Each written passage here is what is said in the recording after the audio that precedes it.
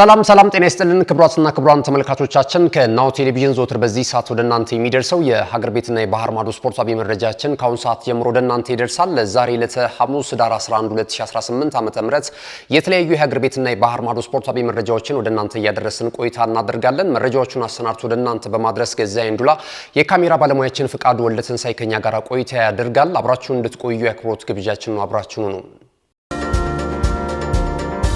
ወደ ቀዳሚው የሀገር ቤት ስፖርታዊ መረጃችን ስናልፍ የኢትዮጵያ ፕሪሚየር ሊግ መረጃን ቀዳሚ እናደርጋለን። የኢትዮጵያ ፕሪሚየር ሊግ የ2018 ዓ.ም የውድድር ዘመን የ6ኛ ሳምንት መርሃ ግብር ጨዋታዎች ከ10 ቀናት ረፍት በኋላ ወደ ውድድር በዛሬው ዕለት ይመለሳል። በአዲስ አበባ ስቴዲየም እና እንደዚሁም ደግሞ በሐዋሳ ሰው ሰራሽ ስቴዲየም ጨዋታዎች የሚከናወኑ ነው የሚሆነው። እንግዲህ ትላንት በነበረን የመረጃ ሰዓት ዳኞች የፕሪሚየር ሊጉ ዳኞች ማለት ነው ጨዋታዎችን አንመራም ከክፍያ ጋር በተያያዘ ቅሬታ አለን፣ ክፍያዎቻችን መሻሻል አለባቸው የሚሉ አቋም በመያዛቸው ጨዋታዎቹ ላይ ካሄዱ የሚችሉበት እድል እንደነበረ እንደዚሁ መረጃ ስንሰጣችሁ ነበር። አሁን ግን ተቋማችን ወይም ደግሞ ጥያቄያችን የተቀናጀ ባለመሆኑ ወይም ደግሞ ተመሳሳይ አቋም ባለመያዛችን ጨዋታውን ለማከናወን ተገደናል ወይም ደግሞ ጨዋታዎቹን ለመምራት ተስማምተናል የሚል አስተያየት ሰጥቷል። እንግዲህ በመካከላቸውም መከፋፈል ወይም ደግሞ ለሊግ ሼር ካምፓኒውና ለኢትዮጵያ እግር ኳስ ፌዴሬሽን ሐሳባቸውን በሚገልጹበት ሁኔታ እንግዲህ ከነዛኛው ወገን ደግሞ የሚስማሙ ሰዎች በመሃል ይኖራሉ ብለን እናስባለን። እዚህ ሁኔታ ላይ እየደረሱ ትላንትና ግን እስከ ምሽት ድረስ ሲታገሉ እንደነበረ እንደዚሁ ያገኘነው መረጃ ያመለክታል ማለት ነው። አንዳንድ ጊዜ እንግዲህ ለአቋም ተገዢ መሆን፣ በዛ ጉዳይ ላይ ማመን፣ ጉዳዩ ደግሞ ትክክለኛ መሆኑን መጀመሪያ መተማመን ያስፈልጋል። ከዛ በኋላ ግን እንደ ተቋም ደግሞ የጠየቁት ጥያቄ እኛም ስንደግፈው ነበረ። ሚዲያውም ከዚህ በፊትም በተለያየ ጉዳዮች እንደዚሁ በዚህ ጉዳይ ላይ በተለይ ከዳኞች አበል ጋር በተያያዘ መሻሻል እንዳለበት ብዙ የእግር ኳሱ ቤተሰቦች ሲናገሩ ነበር። ምክንያቱም በወደቀ እግር ኳስ ላይ በርካታ ሚሊዮን ብሮች እየተዘዋወሩ ለዳኛ ሲባል ወገቤን የሚል ተቋም ካለ ይሄ በጣም ያሳዝናል። በራሳቸው ጫማ ደግሞ ውስጥ ሆኖ ደግሞ መመልከት ያስፈልጋል። የዳኞችን ያበል ክፍያ በአነስተኛ ሁኔታ ስራዎችን እንደሚሰሩ ነው እየተመለከትን የምንገኘው የምንታዘበውም። ከዚህ በፊት እኛ ፕሮግራም ይዘን ሁላ ሰርተንበታልና እንደዚህ አይነት ጉዳዮች የኢትዮጵያ እግር ኳስ ፌዴሬሽንም ወደፊትም ቢሆን እነሱ ባይጠይቁም ማስተካከል የሚያስፈልግ ይመስለኛል። ሰላማዊ ፍትሃዊ ዳኝነት እንዲሰጡ ከሌላ ነገር ከተጽዕኖ ነፃ ሆነው ለሌላ ነገር ሳይማልሉ በአቋራጭ ከሚመጡ ገንዘቦች ነፃ ሆነው ጨዋታዎችን በትክክለኛ ሁኔታ እንዲመሩ ሙያቸውንም እንዲያሳድጉ ሙያውንም ወደው ደግሞ የሚመጡ አዳዲስ ዳኞች እንዲፈሩ ከተፈለገ ኢትዮጵያ እግር ኳስ ላይ የሚረጨው ገንዘብ ለዳኞችም እንደዚሁ መቋደስ መስተካከል ያለበት ይመስለናልና ይሄ አቋማችሁን መግፋት አለባችሁ። ብዙ የእግር ኳሱ ቤተሰብ ከጎናችሁ ነው ያለው። ምክንያቱም እንደዚህ አይነት የተንጋደደ ለአንደኛው የሚሰራ ለአንደኛው የማይሰራ የእግር ኳስ አስተዳደር መኖር አለበት የሚል እምነት የለንምና አግባብነት ስላለው ነው ጥያቄያችሁ በትክክል ማለት ነው።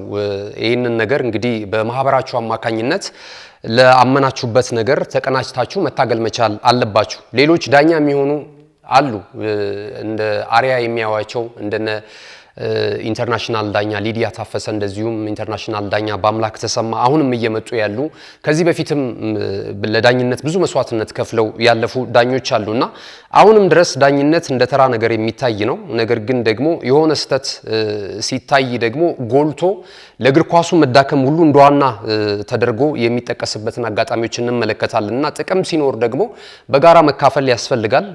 በተለይ ሊግ ሼር ካምፓኒው ለትርፍ የተቋቋመ ተቋም ነው።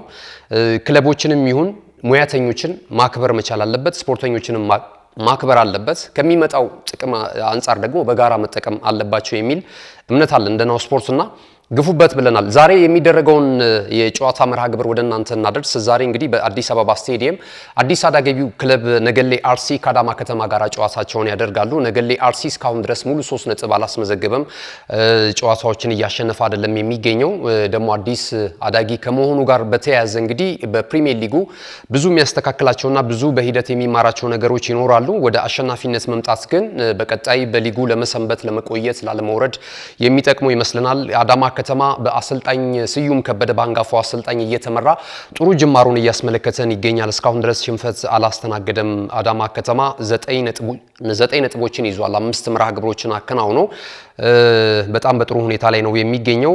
ሌላው የሚደረገው ጨዋታ እንደዚሁ በሐዋሳ አርቲፊሻል ስቴዲየም ላይ ሲዳማ ቡናን ከመቀሌ 70 እንደርታ ጋራ የሚያገናኘው ጨዋታ ይጠበቃል። ሲዳማ ቡና 12 ነጥቦችን ይዞ ከቅዱስ ጊዮርጊስ እግር ኳስ ክለብ እኩል በጎል ክፍያ ተበላልጠው እንግዲህ የደረጃ ሰንጠረዡን እየመራ ነው የሚገኘው ማለት ነው። መቀሌ 71 እንደርታ ደግሞ በጣም ደካማ አጀማመር እያስመለከተን ይገኛል። እነዚህ ጨዋታዎች ዛሬ ይደረጋሉ፣ ሁለት መርሃ ግብሮች ማለት ነው፣ በሐዋሳ አርቲፊሻል ስቴዲየም እና በአዲስ አበባ ስቴዲየም ማለት ነው። ነገ የሚደረጉትን ጨዋታዎች ስንመለከት ወልዋሎ ዓዲግራት ዩኒቨርሲቲ ከሐዋሳ ከተማ ጋር እዚሁ ሐዋሳ ሰው ሰራሽ ስቴዲየም ላይ የሚደረግ ጨዋታ ነው። 7 ሰዓት ላይ ይከናወናል። ሐዋሳ ከተማ በጣም በጥሩ ሁኔታ ጥሩ ጅማሮ እያስመለከተ ነው የሚገኘው። 5ኛ ደረጃ ላይ ይገኛል 10 ነጥቦችን ይዞ። እንደዚሁ ተጋጣሚው ክለብ ደግሞ ወልዋሎ ዓዲግራት ዩኒቨርሲቲ በጣም ደካማ የውድድር ዓመትን በማሳለፍ ላይ ይገኛል። አምናም ጥሩ አልነበረም ወልዋሎ ዓዲግራት ዩኒቨርሲቲ እንግዲህ ወራጆች አለመኖራቸውን ተከትሎ እንጂ አምናም ከሊጉ የሚሰናበትበት ድል እንደነበረ ተመልክተናልና 20ኛ ደረጃ ላይ ነው የሚገኘው። እስካሁን ድረስ ካከናወናቸው 5 ጨዋታዎች በአንዱ ጨዋታ ብቻ ነው በአቻ ውጤት መለያየት የቻለው ማለት ነውና ወደ አሸናፊነት መምጣት ይጠበቅበታል። ሌሎች የሚደረጉ የነገ ጨዋታዎች አሉ እጅግ በጣም ተጠባቂ ማለት ነው። ኢትዮጵያ ቡና ከኢትዮጵያ መድን ጋር የሚያደርጉት የአዲስ አበባ ደርቢ ጨዋታ ቀን 9 ሰዓት ላይ በአዲስ አበባ ስቴዲየም ይደረጋል። ኢትዮጵያ ቡናም አጀማመሩ እምብዛም ነው። ኢትዮጵያ መድን ደግሞ የወቅቱ የፕሪሚየር ሊጉ ሻምፒዮና ክለብ እንደሆነ ይታወቃል። በእርግጥ ተስተካካይ ጨዋታ አለው። አሁን ላይ ግን 11ኛ ደረጃ ላይ ተቀምጧል በ5 ነጥቦች ማለት ነው። ኢትዮጵያ ቡና እግር ኳስ ክለብ ደግሞ 14ኛ ደረጃ ላይ ይገኛል በ4 ነጥብና ወደ አሸናፊነት ለመምጣት ሁለቱም ቡድኖች የሚያደርጉት የደርቢ ፍልሚያ ነገ ቀን 9 ሰዓት ላይ በአዲስ አበባ ስቴዲየም የሚደረግ ነው የሚሆነው። ሌሎች በአዲስ አበባ ስቴዲየም ነገ የሚደረገውን ጨዋታ ስንመለከት ኢትዮጵያ ንግድ ባንክን ከወላይታ ዲቻ ጋር ያገናኛል። ኢትዮጵያ ንግድ ባንክ የ2016 ዓ.ም የኢትዮጵያ ፕሪሚየር ሊግ በታሪኩ የሊጉን የዋንጫ ክብር ማሳካቱ የሚታወስ ነው። በአሰልጣኝ በጸሎት ሉል ሰገድ እየተመራ ማለት ነው። ይህ ወጣት አሰልጣኝ ዘንድሮም እንግዲህ የኢትዮጵያ ንግድ ባንክ እግር ኳስ ክለብን እየመራ ነው የሚገኘው። 10ኛ ደረጃ ላይ ይገኛል በ6 ነጥቦች። ተጋጣሚ ወላይታ ዲቻም እጅግ በጣም ደካማ ጊዜን በማሳለፍ ላይ ነው የሚገኘው። እስካሁን ድረስ ካከናወናቸው ጨዋታዎች በአንዱ ጨዋታ ብቻ ነው ልክ እንደ ወልዋሎ ዓዲግራት ዩኒቨርሲቲ ሁሉ አቻ መውጣት የቻለው 19ኛ ደረጃ ላይ ተገኝቷልና እንግዲህ ቶሎ ለመስተካከል የተለያዩ ጉዳዮችን መቃኘት የሚያስፈልግ ይመስላል በወላይታ ዲቻ በኩል ማለት ነው። የሀገር ቤት ስፖርታዊ መረጃችን ይህን ይመስላል። ክቡራትና ክቡራን ተመልካቾቻችን ጠቃሚ መረጃዎችን የያዘውን መልእክታችንን አስመልክተናችሁ ስንመለስ በቀጥታ ወደ ባህር ማዶ ስፖርታዊ ጉዳዮቻችን የምናቀና ይሆናል። አሁንም ናሁ ቴሌቪዥን ምርጫችሁ አድርጋችሁ እኛን እየተከታተላችሁ ስላላችሁ እጅግ በጣም እናመሰግናለን። እንመለሳለን። እነሆ የምስራች የ10 አየር መንገድ የበረራ ትኬት ለውድ ደንበኞቹ በተቀላጠፈና አስተማማኝ በሆነ መንገድ እያቀረበ ያለው። በዚህም በደንበኞቹ የተመሰገነው ጉዞጎ አሁን ደግሞ ተደራሽነቱን በማስፋት ተጨማሪ ባንኮችን በማካተት ለውድ ደንበኞቹ የበለጠ አስተማማኝ ለመሆን ችሏል። የጉዞጎን አፕሊኬሽን ከአፕ ስቶር ወይም ከፕሌይ ስቶር በማውረድ የመነሻና የመድረሻ ከተማዎትን መርጠው ዋጋ አወዳድረው የሀገር ውስጥም ሆነ ዓለም አቀፍ በረራ ማድረግ ካሰቡ የበረራ ትኬቶን ክፍያ በአቅራቢያው በሚገኙ ባንኮች አንድም በአካል በመሄድ ወይም በኦንላይን የክፍያ አማራጮች ክፍያዎትን በመፈጸም የበረራ ትኬቶን በእጅ ያስገቡ። ከዚህም በተጨማሪ እንደ ሁሉ ጊዜው ወደ ጉዞጎ የጥሪ ማዕከላችን 7473 በመደወል ከሙሉ የበረራ መረጃ ጋር የ24 ሰዓት የትኬት አገልግሎት ማግኘት እንደሚችሉ ስናበስሮ በታላቅ ደስታ ነው። ለበረራዎ ጉዞጎ።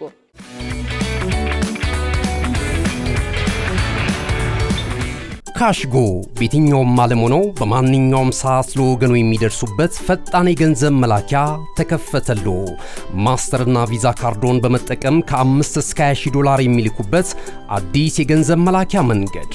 ካሽጎን ለየት የሚያደርገው የትኛውም የገንዘብ ዝውውር በፍጥነት አገልግሎት ከመስጠቱም ባሻገር ለማንኛውም አገልግሎት ምንም አይነት ክፍያ አለመጠየቁ ነው። በሀገራችን ታሪክ ገንዘብን ከውጪ ወደ ሀገር ቤት በማስተላለፍ በመተግበሪያ መልክ አገልግሎት መስጠት የጀመረው የመጀመሪያው ሀገር በቀል የገንዘብ መላኪያ ዘዴ ካሽጎ ከ4500 በላይ ባሉ የባንክ ቅርንጫፎች አገልግሎት እየሰጠ ይገኛል።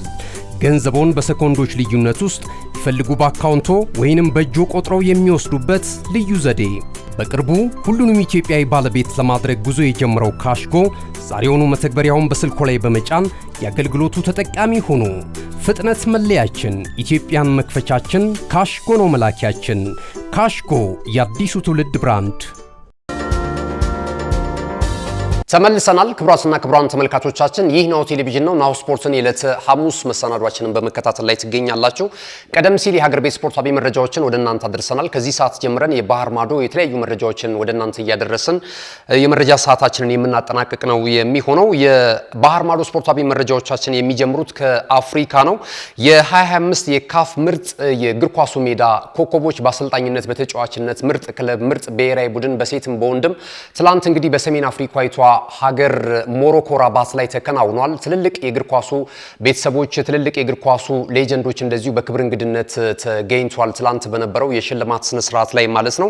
የፊፋው ፕሬዝዳንት ጂያኒ ኢንፋንቲኖን ጨምሮ ትልልቅ ፖዚሽን ላይ የሚገኙ ሰዎች እንደዚሁ በሽልማት ስነ ስርዓቱ ላይ መገኘታቸውን ተመልክተናል። ለአሸናፊዎችም እንደዚሁ ሽልማት ያበረከቱበትን እውነት ተመልክተናል ማለት ነው። በዚህም መሰረት እንግዲህ በወንዶች የአፍሪካ የ2025 ምርጡ ተጫዋች የሆነው የሞሮኮ ዜግነት ያለው ለፈረንሳዩ ክለብ ፒኤስጂ በመጫወት ላይ የሚገኘው አሽራፍ አኪሚ ሆኗል። ትላንት በነበረው ስነ ስርዓት ላይ እንግዲህ የጉዳት ላይ መገኘቱን ተከትሎ እናስታውሳለን። በአውሮፓ ቻምፒየንስ ሊግ የውድድር መድረክ ላይ ባየር ሙኒክን ፒኤስጂ በገጠመበት ጨዋታ ላይ ሉዊስ ዲያዝ እንግዲህ ባስከተለበት ጉዳት ምክንያት ትላንት የገባው እንደዚሁ ማሽን ተደግፎ ነው ማለት ይቻላል። ትላንት በስክሬች ሲገባ አይተነዋል። ለሽልማቱም ጥሩ ቁመና ላይ እንደማይገኝ አይተነዋል ማለት ነው። ትላንትና በነበረው የሽልማት ስነ ስርዓት ላይ ደስተኛ መሆኑን ገልጿል። ይሄ ለአፍሪካ በተለይ ነገ ወደ አውሮፓ ለመምጣት በትልልቅ ክለቦች ላይ ለመጫወት ሀገራቸውንም ራሳቸውንም ለመጥቀም አፍሪካውያን ተጫዋቾች በተለያዩ ተግዳሮት ውስጥ ሆነው ነገ ትልቅ እግር ኳሰኛ ለመሆን ለሚጥሩ ወጣት ተጫዋቾች ትልቅ ተስፋን ይሰጣል እንደዚህ አይነት የሽልማት መድረክ የሚል አስተያየቱን ሰጥቷልና ጠንክሮ ከተሰራ ደግሞ ትልቅ ደረጃ መድረስ እንደሚቻል እኔ ማሳያ ነኝ የሚል ሐሳቡን ገልጿል። እንደወትሮ ሁሉ እንደዚሁ እናቱን በዚህ የሽልማት ስነ ስርዓት ላይ ጋብዟል። ለእናታቸው ከበሬታ ያላቸው ስፖርተኞች መካከል አንደኛው አሽራፍ አኪሚ ነው።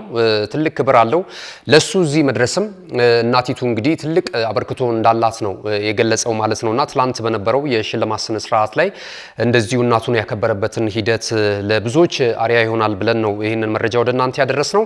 የአመቱ ምርጡ ተጫዋች እንደዚሁ አሽራፍ አኪሚ ሲሆን በሴቶች ደግሞ ምርጧ እንስት እግር ኳሰኛ የሆነችው ኒዝላን ቻባካ ናት፣ ከዚያው ከሞሮኮ ማለት ነው። ትላንት እንግዲህ ሞሮኮያን እግር ኳሰኞች በካፍ የ2025 እንደዚሁ ምርጥ የተጫዋቾች መድረክ ላይ ደምቀውበት ነው ያመሻሹት ማለት ይቻላልና ይቺም ተጫዋች ለሶስተኛ ተከታታይ ጊዜ እንደዚሁ ይሄ በዚህ መድረክ ውስጥ መድመቅ የቻለች ወጣት ናት። የአመቱ ግብ ጠባቂ ያሲን ቦኖ ሆኗል። ይሄም ከሞሮኮ ብሔራዊ ቡድን የተገኘ ተጫዋች ነው።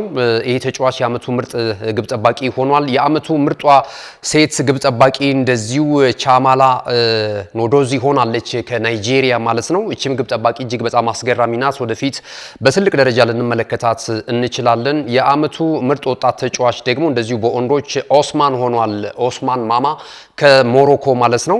የአመቱ ምርጡ አሰልጣኝ ደግሞ ቡፒስታ ነው። ቡፒስታ እንግዲህ ደሴታዊቷን የአፍሪካዊቷን ሀገር ኬፕ ቨርዲን ወደ ዓለም እግር ኳስ ዋንጫ የውድድር መድረክ ማብቃት ችሏል። እጅግ በጣም አስደናቂ ቡድን መገንባት ችሏል። በተከታታይ አመታቶች ተመልክተናል። ያለፉትንም አመታቶች እንደዚሁ አሰልጣኝ ቡፒስታ በኬፕ ቨርዲ ብሔራዊ ቡድን ውስጥ ትልቅ አበርክቶ እያስመለከተ ይገኛል። አነስተኛ ህዝብ ይዛ ነገር ግን ጥራት ያላቸውን ተጫዋቾች በማካተት በታሪኳ ለመጀመሪያ ጊዜ በ2026 ሜክሲኮ፣ ካናዳና አሜሪካ በጣምራ የሚያሰናዱት የዓለም እግር ኳስ ዋንጫ የውድድር መድረክ ተሳታፊ ከሆኑ 48 ሀገራቶች መካከል እንደዚሁ ማሳለፍ የቻሉት አሰልጣኝ ሆኗል ማለት ነው። ከዛ ባለፈ የአመቱ ምርጡ ብሔራዊ ቡድን እንደዚሁ ተመርጧል። በሴቶች የናይጄሪያ ብሔራዊ ቡድን እንደዚሁ ደግሞ በወንዶች ደግሞ የሞሮኮ ብሔራዊ ቡድን ሆኗል ማለት ነው። የሞሮኮ ብሔራዊ ቡድን በቀጣይም በአፍሪካ ዋንጫ ከቀናቶች በኋላ በአፍሪካ ዋንጫ እንደዚሁ ራሷ ሀገሪቱ ሞሮኮ ናት የምታስተናግደው ማለት ነውና በዛ ላይም ጥሩ ጉዞ ታደርጋለች ተብሎ ነው የሚጠበቀው። በዓለም ዋንጫው እንደዚሁ በ2022 ካታር አሰናድተው በነበረው የዓለም ዋንጫ ላይ ደግሞ አራተኛ ደረጃን ይዘው ማጠናቀቃቸውን እናስታውሳለን። እንደዚሁ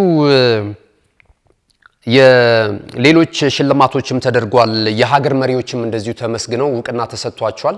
በተለይ በአፍሪካ ውስጥ ፖለቲካን ከእግር ኳስ ፖለቲካን ከስፖርት ጋር በማስታረቅ አንዳንድ ስራዎችን እየሰሩ ስፖርተኞችን የሚያበረቱ በዛ ሀገሪቱ ውስጥ ያለ ስፖርት መነቃቃት ወደ ከፍተኛ ደረጃ እንዲመጣ ደግሞ የራሳቸውን አበርክቶ የሚወጡ የአፍሪካ መሪዎችን እየተመለከትን ነው የምንገኘው።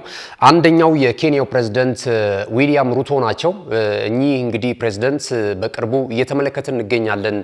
ኬንያን ወክለው በተለያዩ የውድድር ዓለማት በተለያዩ የስፖርት አይነቶች ጥሩ ውጤት ለሚያስመዘግቡ ስፖርተኞች እንደዚሁ የሚገርም የማበረታቻ ሽልማት እያበረከቱ ነው የሚገኙት። ከዚህ ቀደም በቶኪዮ በተሰናዳው የዓለም አትሌቲክስ ሻምፒዮና የውድድር መድረክ ላይ ኬንያ ከዓለም ሁለተኛ ደረጃን ይዛ ስታጠናቀቅ ከአፍሪካ ቀዳሚ ሆና ስታጠናቀቅ እኚህ ዊሊያም ሩቶ የኬንያው ፕሬዝዳንት ትልቅ ማነቃቂያ ከሽኝቱ እስከ ቅበላው ድረስ አትሌቶችን በዓለም ደረጃ እውቅና የሚሰጥ ጥሩ ማበረታቻና ኢንሴንቲቭ መስጠታቸው የሚታወስ ነው።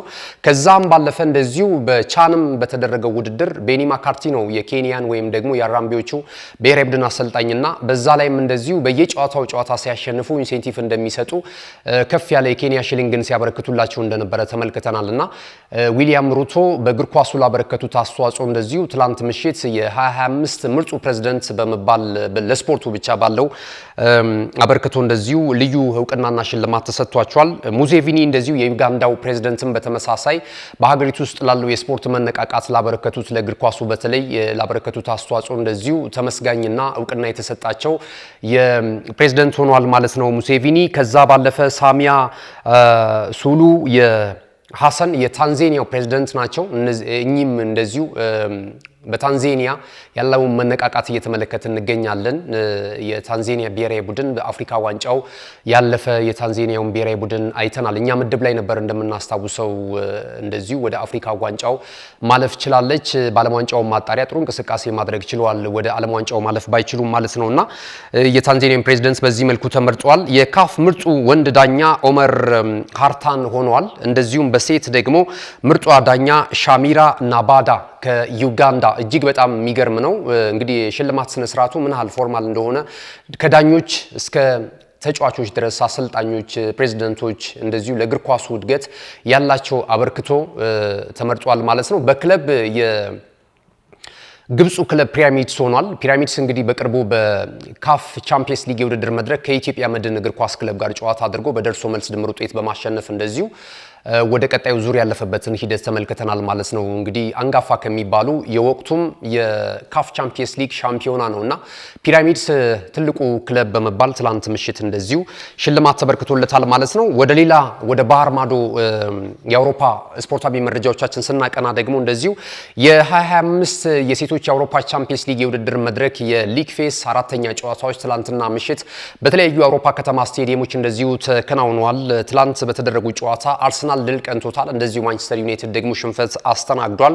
ዩቬንቱስ እንደዚሁ ባቻ ውጤት ጨዋታውን አጠናቋል። ማንቸስተር ዩናይትድ ወደ ጀርመን አቀንቶ ከወልቭስበርግ ጋር ያደረገውን ጨዋታ 5-2 በሆነ ውጤት ተሸንፏል። አስቀድሞ ሮልፎ ባስቆጠረችው ግብ 14ኛው ደቂቃ ላይ እንስቶቹ ቀያይ ሰይጣናቱ መሪ ነበሩ። ነገር ግን በኋላ ላይ ፔዳ ሞርስ 17ኛውና 37ኛው ደቂቃ ላይ ለወልቭስበርግ ሁለት ግቦችን አከታትላ በማስቆጠር 2-1 በሆነ ውጤት ዳግም የመሪነቱ መንበር ከቀያይ ሰይጣናቱ ወደ ወልቭስበርጎች እንደዚሁ ሽፍት ያደረገበትን ሂደት ተመልክተናል ማለት ነው። ጨዋታው እንግዲህ ከሁለተኛው ግማሽ 45ም በኋላ ወልቭስበርጎች እጅግ በጣም ጠንክረው ጨዋታው 5-2 በሆነ ውጤት በወልቭስበርግ አሸናፊነት ተጠናቋል። ዩናይትዶች በጣም አስገራሚ ጉዞን ማድረግ ችለዋል። የተከታታይ ሶስቱንም ጨዋታዎች ማሸነፍ ችለዋል። አሁን አራተኛ ጨዋታቸው ላይ ነው እንግዲህ ለወልቭስበርግ እጅ የሰጡት ማለት ይቻላል።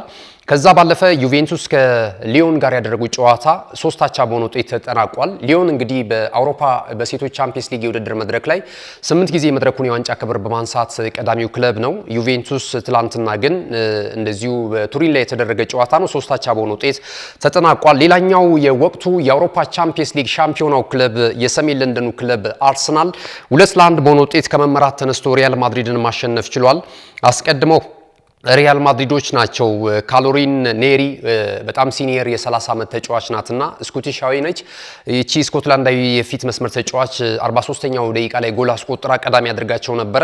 ነገር ግን አርሰናሎች ደግሞ ከረፍት መልስ እጅግ በጣም ጥሩ እንቅስቃሴ በማድረግ አሌሲያ ሩሶ 53ኛውና 67ኛው ደቂቃ ላይ ሁለት ተከታታይ ግቦችን ከመረብ በማሳረፍ እንስቶቹ መድፈኞች 2-1 በሆነ ውጤት ጨዋታውን ማሸነፍ ችለዋል። የወቅቱ የአውሮፓ ቻምፒየንስ ሊግ ሻምፒዮን ክለብ መሆናቸው ይታወቃል። አሁን ባለፈው እንግዲህ በሶስተኛው ዙር ጨዋታ ላይ በባየር ሙኒክ 3-2 በሆነ ውጤት 2-0 እየመሩ ነገር ግን 3-2 በሆነ ውጤት ተቀልብሶባቸው ተሸንፈው ነበር።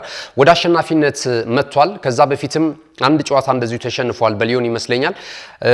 አሁን ነጥባቸውን ወደ 6 ከፍ ያደረጉበትን ደረጃ ተመልክተናል። ካደረጓቸው 4 ጨዋታዎች በሁለቱ ሽንፈት አጋጥሟቸዋል አርሰናሎች፣ በሁለቱ ደግሞ አሸንፈዋል ማለት ነው። እንደዚሁ ፓሪስ ኤፍሲ ከቤኔፊካ ያደረጉት ጨዋታ በፓሪስ ኤፍሲ 2-0 አሸናፊነት ፍጻሜውን አግኝቷል። ዛሬ የሚደረጉ የሴቶች የአውሮፓ ቻምፒየንስ ሊግ እንደዚሁ ፊክስቸሮችን ስንመለከት ኤፍሲ 20 ከአትሌቲኮ ማድሪድ ጋር ምሽት 2:45 ላይ ጨዋታቸውን ያደርጋሉ። ፓሪስ ከባየር ሙኒክ እንደዚሁ 5 ሰዓት ላይ የሚደረግ ጨዋታ ነው። ሌላው ቼልሲ ከባርሴሎና የሚጠበቅ ጨዋታ ነው። ምሽት 5 ሰዓት ላይ ይደረጋል። የሊጉን የደረጃ ሰንጠረዥ ወይም ደግሞ የአውሮፓ ቻምፒየንስ ሊግ የውድድር መድረክ የደረጃ ሰንጠረዥን ስንመለከት ሊዮን በ10 ነጥብ ይመራል። ኦልቭስበርግ፣ ባርሴሎና፣ ማንቸስተር ዩናይትድ እኩል 9 ነጥቦችን ይዘው በጎል ክፍያ በመበላለጥ ከሁለተኛ እስከ አራተኛ ያለውን ደረጃ ይዘዋል። ቼልሲ፣ ሪያል ማድሪድ፣ ዩቬንቱስ 7 ነጥብ አላቸው። እንደዚሁ ባየር ሙኒክና አርሰናል 6 ነጥቦችን ይዘው 8ኛና 9ኛ ደረጃ ላይ ተቀምጧል ማለት ነው። የሴቶች የአውሮፓ ቻምፒየንስ ሊግ የውድድር መድረክ መረጃችን ይህንን ይመስላል ማለት ነው።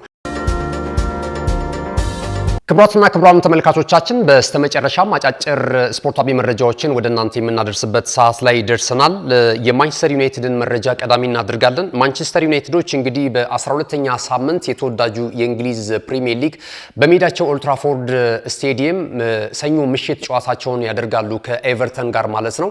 ይህንን ጨዋታ ለማሸነፍ አሰልጣኝ ሮበን አሞሪም የቡድኑ ተክለ ቁመና በጥሩ ሁኔታ ላይ እንደሚገኝ እንደዚሁ ማረጋገጫ በመስጠት ላይ ነው የሚገኙት። የቡድኑ መሻሻልም በጣም እያስደሰታቸው እንዳለ ሰሞኑን በነበራቸው ቆይታ እንደዚሁ ገልጿልና አዳዲስ ጉዳዮች እየወጡ ነው የሚገኙት። ሊሳንድሮ ማርቲኔዝ በዚህ ጨዋታ ላይ ወደ ሜዳ እንደሚመለስ እንደዚሁ እየተረጋገጠ ነው የሚገኘው። ይሄ ተጫዋች ዘለግ ላሉ ጊዜያቶች እንግዲህ በጉዳት ምክንያት ከሜዳ ርቆ ነበረ። በማጥቃቱ እንቅስቃሴ በጣም ጥሩ ታለንት ያለው ተጫዋች ነው። የዓለም ዋንጫ አሸናፊም እንደሆነ ይታወቃልና ተክለ ሰውነቱ በጣም አጠር ያለ ነው። ነገር ግን ደግሞ የአየር ኳሶችን ራሱ ተሻምቶ የሚያሸንፍበት ከሱ በተክለ ቁመና ዘለግ ያሉ ተጫዋቾችን ጭምር እንደዚሁ ኳስ የሚነጥቅበትና የሚያሸንፍበት መንገድ በበርካቶች ዘንድ ይደነቅ ነበረ። ነገር ግን ጉዳት አስተናግዶ ከሜዳ የወጣበትን አጋጣሚ ተመልክተን ነበረ። አሁን ወደ ሜዳ ይመለሳል። በርካታ የማንቸስተር ዩናይትድ ደጋፊዎች ከሚናፍቋቸው ተጫዋቾች መካከል አንደኛው ነውና በዚህ ጨዋታ ላይ ወደ ሜዳ እንደሚመለስ እንደዚሁ አሰልጣኝ ሮበን አሞሪም ማረጋገጫ ሰጥቷል ማለት ነው። ሌሎች ከማንቸስተር ዩናይትድ ጋር የተያያዙ መረጃዎችን ደግሞ ስናስከትል ወደ እናንተ የሪያል ማድሪዱን እንደዚሁ ሸዋሚኒን የማስፈረም ፍላጎት እንዳለው እየተገለጸ ይገኛል። ይህ ተጫዋች 25 ዓመቱ ላይ ይገኛል። በሎስ ብላንኮቹ ቤት ጥሩ እንቅስቃሴ በማድረግ ላይ ከሚገኙ ተጫዋቾች መካከል አንደኛው ነውና ከዚህ ቀደም ማንቸስተር ዩናይትድ የዚህን ተጫዋች ፊርማ ለማግኘት የተጫዋቹን ግልጋሎት ለማግኘት የተለያዩ እንቅስቃሴዎችን ሲያደርግና እንደዚሁም ደግሞ ፕሮጀክት ነድፈው ገንዘብም ተምነውለት ለተጫዋቹ ሪያል ማድሪዶችን ሲጠይቁ እንደነበረ የሚታወስ ነውና አሁን ግን በዚህ በጃንዋሪ የተጫዋቾች የዝውውር መስኮት ላይ ተጫዋቹን ኦልድ ትራፎርድ ስቴዲየም ለማምጣት እንደዚሁ የማንቸስተር ዩናይትድ የበላይ አመራሮች እንደዚሁ እንቅስቃሴ በማድረግ ላይና ፍላጎት እንዳላቸው ተገልጿል ማለት ነው። ከዚህ ቀደም የተለያዩ ክለቦች ይህንን ተጫዋች ለማስፈረም ይፈልጉ ነበረ ዩናይትድን ጨምሮ ማለት ነውና ዩናይትድ ግን አሁን የተጫዋቹን ፊርማ ለማግኘት ትክክለኛው ሰዓት ላይ ተገኝቷል ተብሏል። ብዙ የማንቸስተር ዩናይትድ ሰዎችም ይህንን ዝውውር አጽንኦት እየሰጡትና ፈቃደኛ መሆናቸው እየተገለጸ ነው የሚገኘው ማለት ነው። ሌላ ወደ ሊቨርፑል መረጃችን ስናመራ ደግሞ ሊቨርፑል የሴሜኞን የዝውውር እንደዚሁ ሁኔታ ስለመቀላቀሉ እየተገለጸ ነው የሚገኘው። ተጫዋቹን የማስፈረም ፍላጎት አላቸው ተብሏል ቀዮቹ። እንደዚሁም አሰልጣኝ አርነ ስሎትም ቡድናቸውን የበለጠ ለማጠናከርና አሁን በኮከቦቹ መካከል ያለውን ክፍተት ለማጥበብና የነዚህን ኮከቦች ትክክለኛውን የጨዋታ ፓስወርድ ለማግኘት እንደ አንቶኒ ሴሜኞ ያሉ ተጫዋቾች ይህንን መስመር ይዘጋሉ ብለው ያስባሉና የበለጠ እንግዲህ ኮከቦቹን ለማቀራረብ እንደሚጠቀሙበት ነው እየተገለጸ የሚገኘው ማለት ነው። በበርንማውዝ ቤት እጅግ በጣም አስገራሚ ብቃቱን በማሳየት ብዙ ክለቦች እንዲመለከቱት እያደረገና ወደ ከፍታው እየመጣ የሚገኘው ይህ ጋናዊ ኢንተርናሽናል በተለያዩ ክለቦች ውስጥ የራዳር ውስጥ ነው የሚገኘው። ከዚህ ቀደም በነበሩን መረጃዎች ወደ እናንተ አደርሰናል። በእርግጥ መረጃዎች ተለዋዋጭ ናቸው። አርሰናል ብለን ነበር፣ ማንቸስተር ሲቲ እንደዚሁ ቼልሲም ጭምር ተጫዋቹን ይፈልገዋል። ዩናይትድም ተጫዋቹን በመጠኑም ቢሆን እንደሚፈልገው ሲገለጽ ነበር። አሁን ደግሞ ሊቨርፑል የዚህን ዝውውር ሁኔታ ስለመቀላቀሉ እየተገለጸ ይገኛል። ቀጣይ መዳረሻው አንፊልድ ሮድ ሊሆን የሚችልበት እድል እንዳለ ነው እየተነገረ የሚገኘው ማለት ነው። ሌላ ወደ አርሰናል መረጃችን ስናልፍ አርሰናል በሳምንቱ መጨረሻ እሁድ ምሽት ታላቁን 212ኛውን የሰሜን ለንደን ደርቢ ያከናውናል ከከተማ ተቀናቃኙ ቶተንሃም ሆትስፐርስ ጋር ማለት ነው። ለዚህ ጨዋታ አስፈላጊውን ዝግጅት ስለማድረጋቸው እየተነገረ ይገኛል። የተጫዋቾች ጉዳት እንደተጠበቀ ሆኖ ማለት ነውና የፊት መስመር ላይ ቪክቶር ጆኬሬሽ በጨዋታው ላይ ሊሰለፍ የሚችልበት እድል አለ ተብሏል። ምክንያቱም በጥሩ ሁኔታ ላይ እንደሚገኝ የጤናው ሁኔታ መሻሻል እያሳየ እንዳለ ማረጋገጫ እየሰጡ ነው የሚገኙት። ነገር ግን ደግሞ ምናልባትም ከተጠባባቂ ወንበር ላይ የሚነሳበት እድል ሊኖር ይችላል የሚሉ መረጃዎችን በሌላ በኩል እየወጡ ነው የሚገኙትና ቀኑ ሲዳረስ ሲቃረብ እንግዲህ አሰልጣኙ የሚወስዱት ውሳኔ ሙሉ ፊት ካልሆነ ሙሉ ጨዋታን ወይም ደግሞ በመጀመሪያው አሰላለፍ ውስጥ ላያካትቱት የሚችሉበት እድል አለና ለዚህ ደግሞ እንደዚሁ ማን የፊት መስመሩን ዲፓርትመንት ታዲያ ሊመራ ይችላል ብለው የተለያዩ ተጫዋቾችን እንደዚሁ ቅድመ ግምታቸውን የመረጃ ምንጮች እያወጡ ነው የሚገኙትና አንደኛው ሚካኤል ሜሪኖ ነው። ይህ ስፔናዊ ተጫዋች እንግዲህ አምናም አብዛኞቹ ተጫዋቾች በጉዳት ምክንያት ከሜዳ ሲርቁ በተለይ የፊት መስመር ላይ የሚጫወቱ ተጫዋቾች እንደነ ገብርኤል ሱስ ከኤቨርተን የመሳሰሉ ተጫዋቾች ጉዳት ሲያጋጥማቸው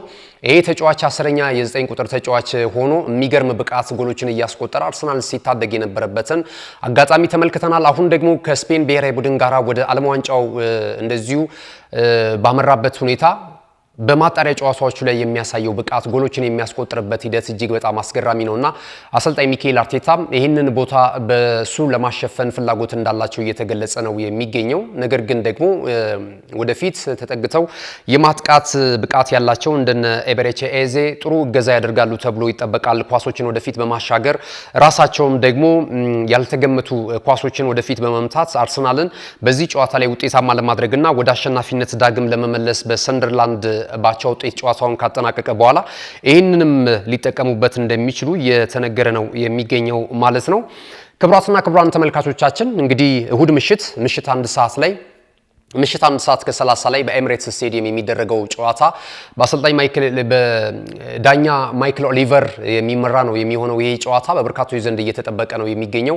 አርሰናል የአሸናፊነቱን ቁልፍ ዳግም እንደገና ለመያዝና መሪነቱን ለማጠናከር በጣም ወሳኝ ነው። ቶተንሃም ሆትስፐርስም ወደፊት ለመምጣት ጨዋታውን አሸንፎ ሌሎችም ተፎካካሪ ክለቦች እንደዚሁ ይህንን ጨዋታ በደንብ አብዝተው ነው የሚጠብቁት። ምክንያቱም የአርሰናል ነጥብ መጣል የአርሰናል መሸነፍ ደግሞ በፉክክር ውስጥ የበለጠ ለሌሎች እድል የሚሰጥ ነው የሚሆነውና አርሰናል ይህንን እድል ላለመስጠት ቶተንሃም ሆትስፐርስ ደግሞ ወደ ሻምፒዮናነት ፉክክር ጠጋ ለማለትና ለሌሎችም በር ለመክፈት ከባድ ፍልሚያ ያደርጋል ተብሎ ይጠበቃል። በዛ ላይ ደግሞ የአንድ ከተማ ተቀናቃኝ ሁለት ክለቦች ናቸው የሚያደርጉትና ይህም ጨዋታ በጉጉት ይጠበቃል። በነገው ዕለት ደግሞ ሰፋ ያሉ መረጃዎችን ወደ እናንተ እናደርሳለን። በምሽቱ የስፖርት ዜና ወጃችን ላይ ደግሞ ዳግም እስከምንገናኝ ድረስ ለአሁኑ ስለተከታተላችሁን እጅግ በጣም እናመሰግናለን። መረጃዎችን ወደ እናንተ በማድረስ ገዛኸኝ ዱላ የካሜራ ባለሙያችን እንደዚሁ ፍቃዱ ወልደተንሳይ ከኛ ጋር ቆይታ አድርጓል። ተወዳጅ ናሁ ቴሌቪዥን ፕሮግራሞች በቀጣይነትም ወደ እናንተ ይደርሳል።